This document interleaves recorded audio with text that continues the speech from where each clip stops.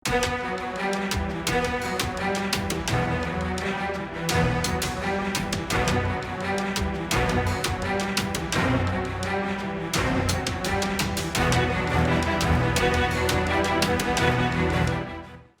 डिसेंबर रोजी मतदान झालेलं आहे आणि 3 डिसेंबर रोजी या मतदानाचा निकाल घोषित होणार होता. परंतु नागपूर खंडपीठाने जो निकाल दिलेला आहे त्यामुळे 21 डिसेंबर रोजी ही मतमोजणी होणार आहे.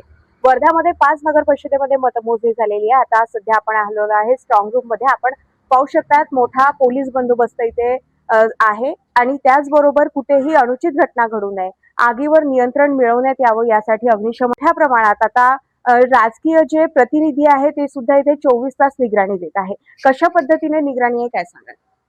इथे SRPचे एक सेक्शन आहे, त्यामध्ये 8 कर्मचारी आहे. तसेच पोलीस सिटीची गार्ड आहे, ते चॅनल गेटवर आहे आणि अग्निशमक दलाची एक गाडी आहे जे साईडला आहे, जे आग लागेल नाही याकरता.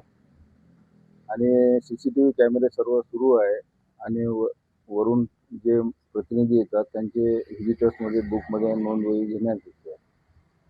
जे बाहेरचे लोक आहेत त्यांना येण्यासाठी मज्जाव आहे की काय काय सांगाल? जे नियुक्त केलेले लोक आहेत त्यांना येण्यासाठी मज्जाव नाही आहे. जे नगर परिषदेने दिलेले आहेत ते लोक येतात इथे. जेही राजकीय प्रतिनिधी इथे येतात त्यांची एंट्री येथे होते आणि त्याचबरोबर मोठ्या प्रमाणात इथे पोलिसांचा फौजफाटा असतो.